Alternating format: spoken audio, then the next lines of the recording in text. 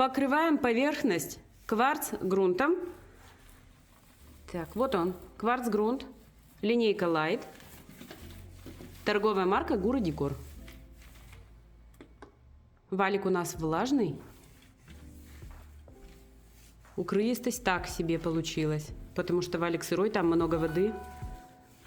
Сейчас на второй части планшета вы увидите, какой он укрывистый. То есть у нас коричневый планшет МДФ превратится в белую поверхность. Мы наносим для вас декоративное покрытие.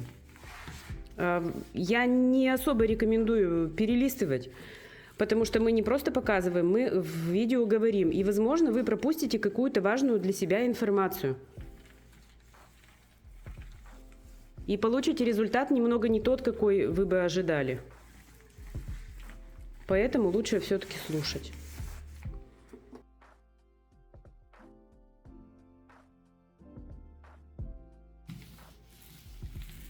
Покрыли полностью поверхность всех стен.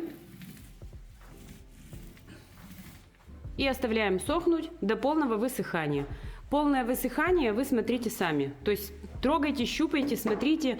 Обычно это часа 4 проходит.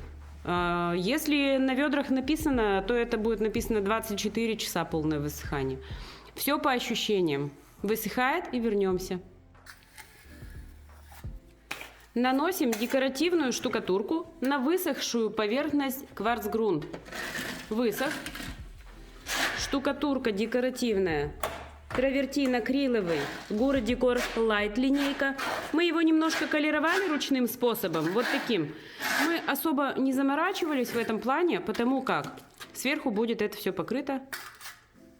Ну, так сказать, используем, что есть.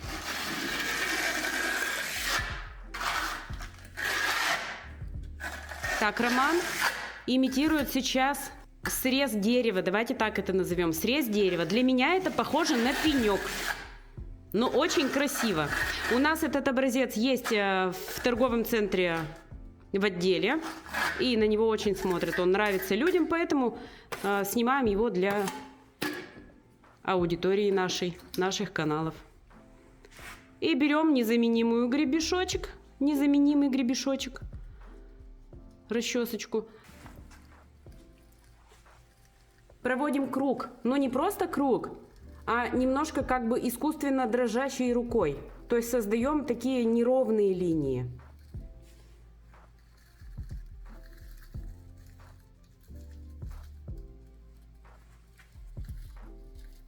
И не переключайтесь, это не круги, которые были недавно на канале. Так, создали, значит. А слой у нас наносится, ну, я думаю, миллиметра 2, да? Миллиметра 2. Меньше не надо, и фактура не будет видна. И по кругу продолжаем нанесение. И это не сплошной круг, как вы можете сейчас подумать, что до этого мы делали несколько кругов, а сейчас делаем один большой. Нет. Это пенек. Срез дерева. Ну, срез. Ну, понятно, дерево срезали, и остался пенек. Я, кстати, хотела сделать поленницу. Ну, то есть вот из таких вот срезов несколько штук. Но это на любителя. Вот вы сейчас посмотрите это видео, как это наносится, как оно выглядит в итоге. И решите для себя, нужно вам один пенек или, ну, срез, ладно. Или поленница такая, несколько штучек. А расход, кстати, здесь будет 1,5-2 килограмма на квадратный метр. Но этот способ нанесения предназначен для акцентных стен.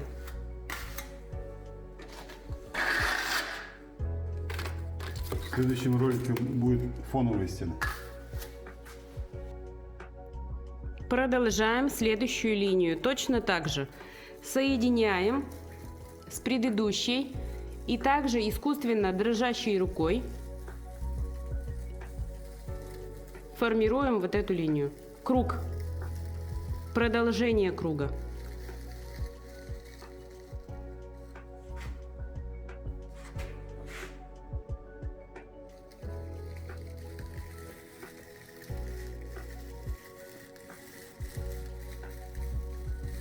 Вот этих стыков не боимся.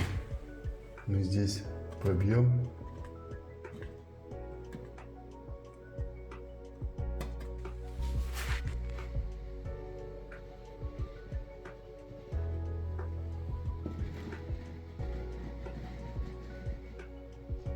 Имитируем трещины. Это когда дерево подсохло и треснуло.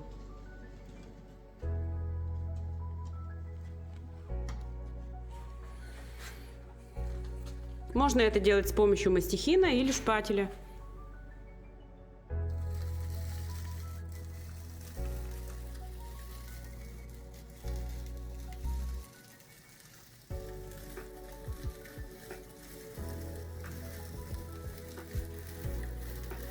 Полосы формируются по сырой штукатурке. Не нужно ждать, когда она высохнет.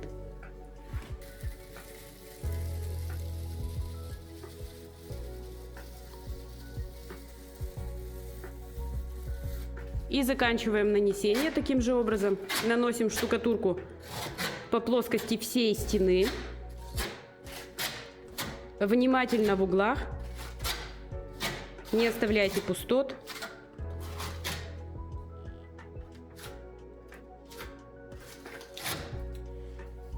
У нас, кстати, часто в видео спрашивают, а у вас там выкрас стоит на фоне, у вас там выкрас стоит. Давайте, пока Роман доделывает, я покажу выкрасы, которые у нас стоят. Вот они. И вот там еще есть выкрасы. Но на самом деле у нас их много. Дальше уж я не пойду. Еще чуть не забыла. Вот мы сейчас наносим. Мы закупили, значит, большой партии одного размера. На листах МДФ мы наносим, и размер его 1 на 1,40 м. И вот это панно продается, ну, как панно или как картина.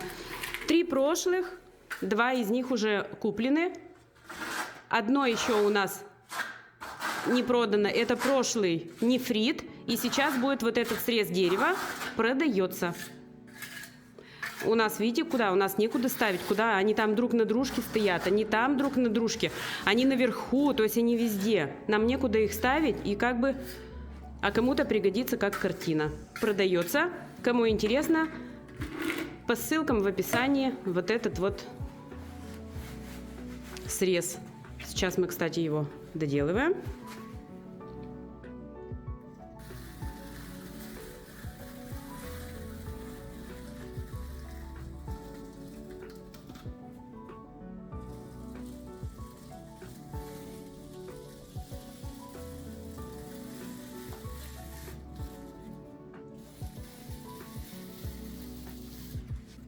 Так, я покажу вам, пока Роман доделывает. Но здесь ведь вот, видите, он наносит полностью круг на всю поверхность стены. И она у нас вот так. Вот. Где-то, да, трудно будет. В углах, может быть, где-то будет трудно. Но в итоге это все будет красиво. Вот так. И я думаю, что сейчас мы как раз будем трещинки формировать. Вот они. Они тоже кривенькие должны быть. И обратите внимание, он не делает сплошную. То есть вот от края к середине не делает, он ее прерывает.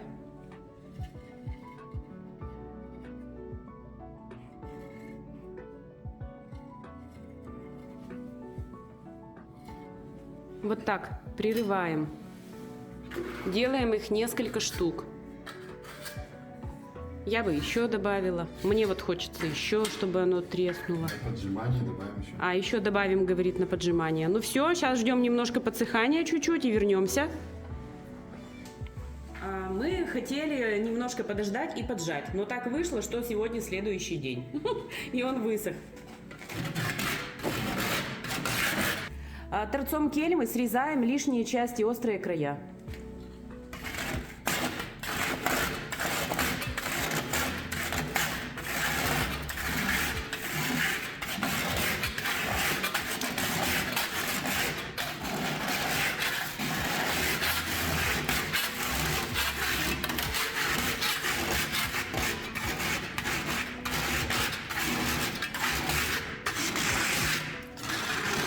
Вопрос.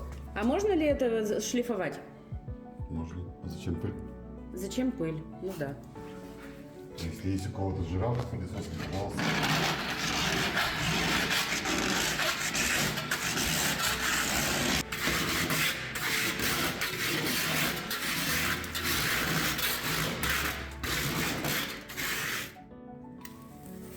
После того, как почистили острые края, наносим колерованную декоративную штукатурку, заполняем внутри.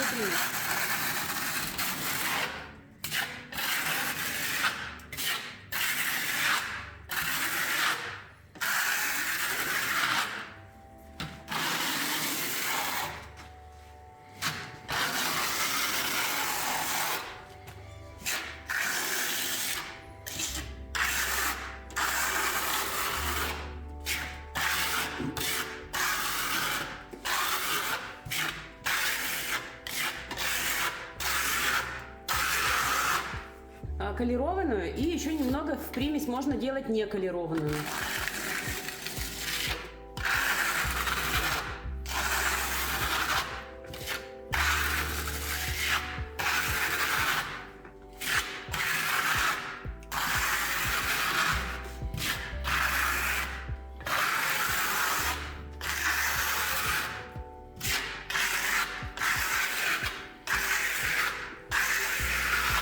Кстати, чтобы было наносить легче, возможно, вам покажется штукатурка густовата. Можно ее немножко разбавить водой, если вам так будет легче.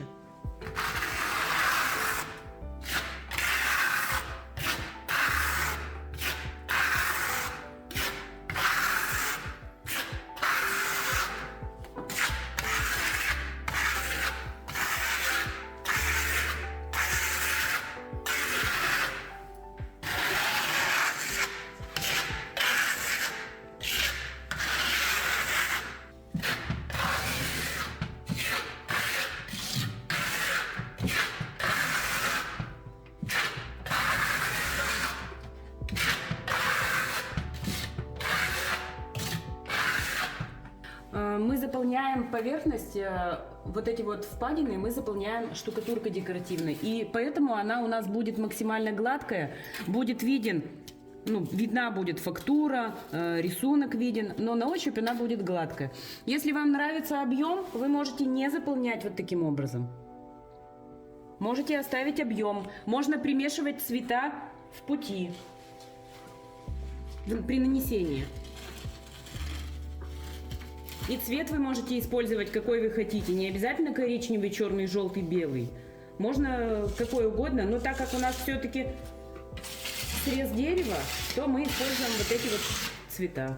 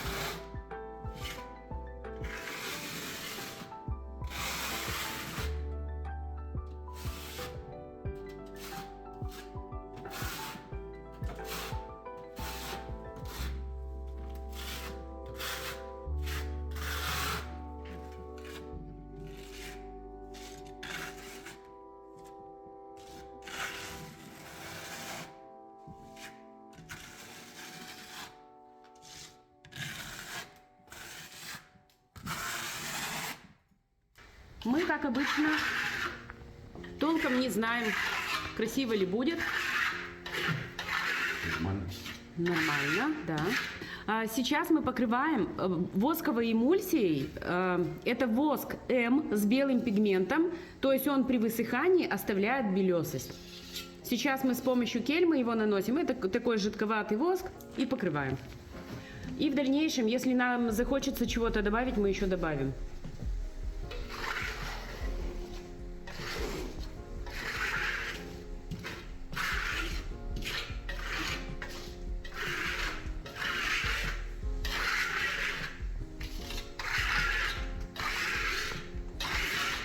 Можно также валиками кидать.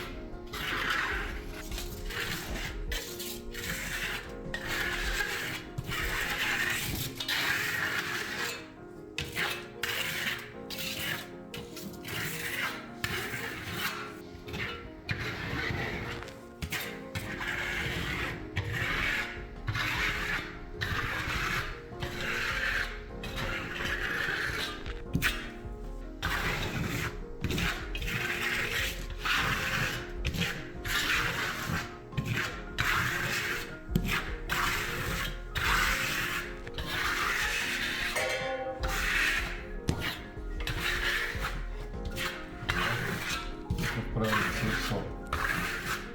Да? Когда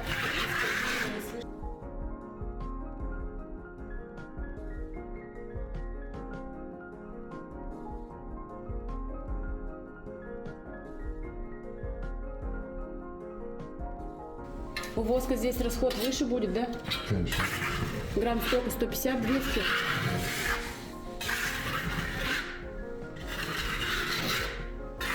Ну также его можно в 2 слоя натереть. Можно его подполировать чуть-чуть.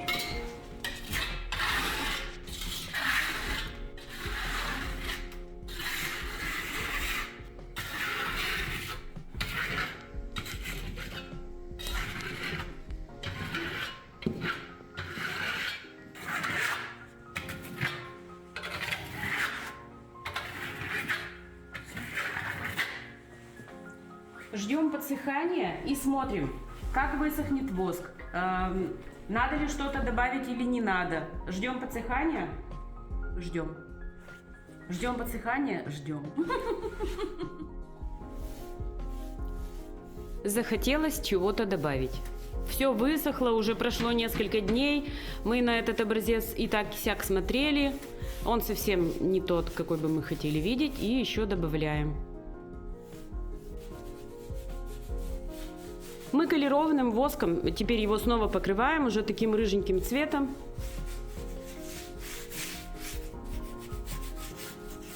Вот так получается.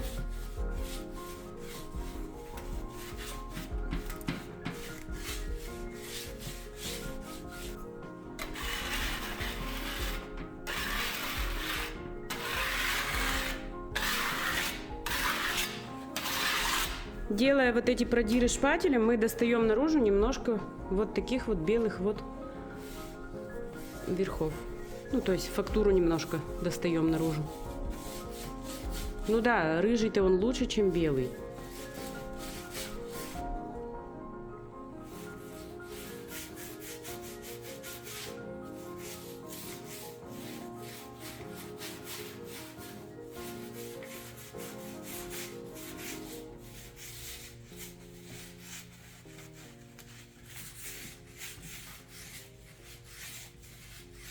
А это обязательно делать кистью?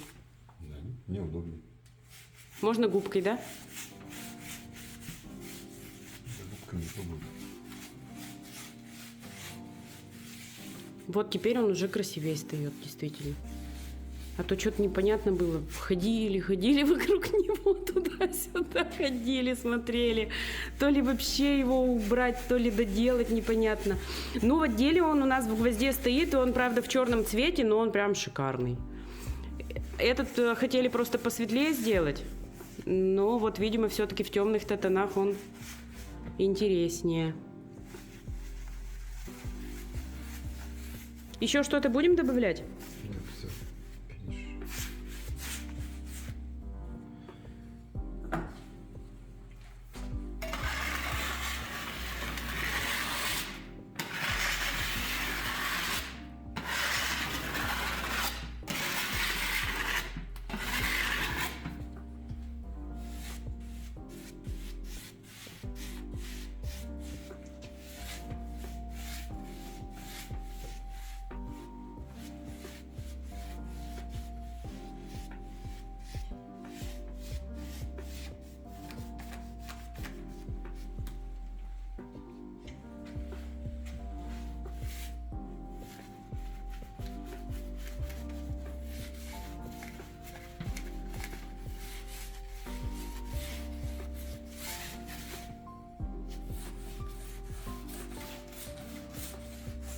Заканчиваем нанесение. Последний штрих. Такой у нас получился образец. Может кому-то пригодиться на акцентной стене. Как я уже и говорила, можно это сделать во всю стену. И я предполагаю, что можно это сделать такой, как поленницей. То есть поленница. Это срез дерева, в простонародье пенек. Кому-то понравилось панно готовое, оно продается. Вы можете писать по ссылкам в описании, а также любые декоративные штукатурки, которые предназначены и для этого образца, и для какого-то другого. Мы поможем вам укомплектовать, заколеровать и отправить вам в любой город. Пишите, ставьте лайки, подписывайтесь. И по возможности делайте репосты наших видео, нам это очень будет полезно. Всем спасибо и пока!